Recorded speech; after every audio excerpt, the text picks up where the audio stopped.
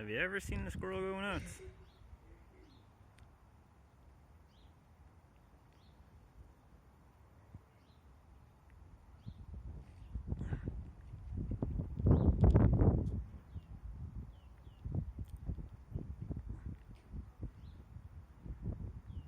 We'll finally stop doing the tornado.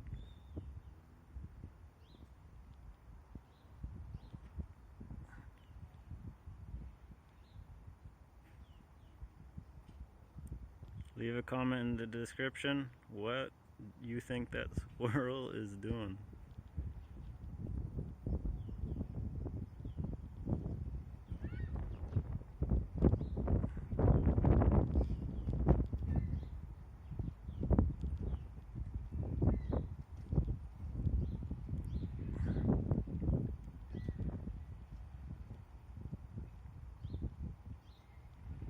Well, it's definitely not scared of people.